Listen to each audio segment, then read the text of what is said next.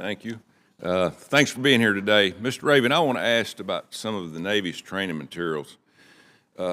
In his first act as SecDef, Secretary Austin ordered to stand down for training on extremism in the ranks.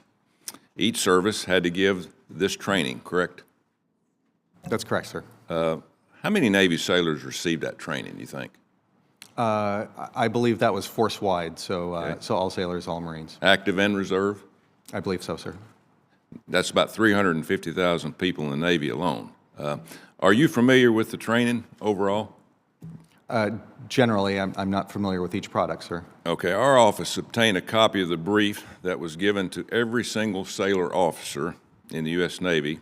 One slide says, and I quote, "I come from a very conservative religious family and have views on marriage, abortion, and LGBTQ rights that are often not considered mainstream, but are in keeping with my religious beliefs. I often discuss these issues online and on social media forums maintained by my church.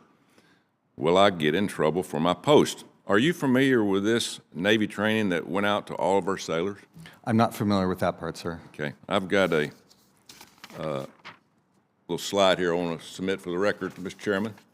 Without objection. Thank you. You know, mainstream media means normal. So the Navy is implying here that conservative religious people are abnormal. Kind of concerns me.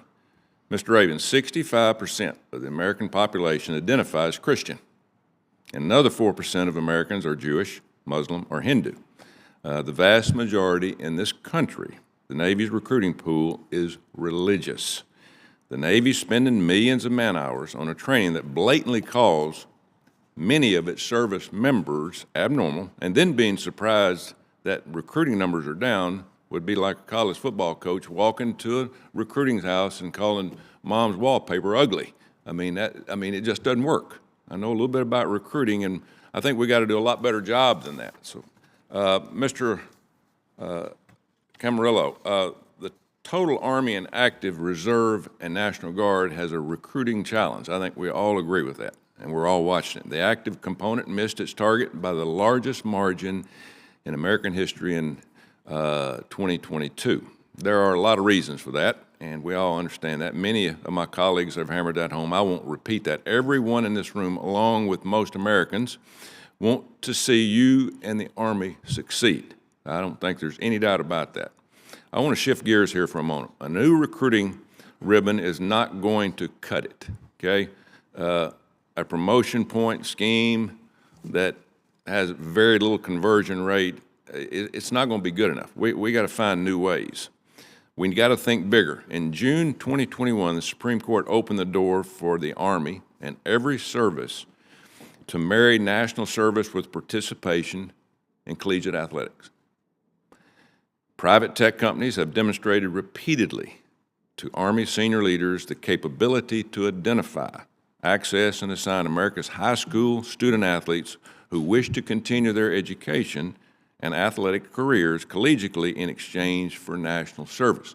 I think we're missing the boat here if we don't look at that. It's not ROTC, it's a 21st century pathway to service. It's a strategy and a tactic guaranteed to produce a well-educated, physically capable, coachable, and aspiring fighting force every year. 45,000 men and women at the Division I level alone are eligible. Can I get your word today that you will investigate this pathway?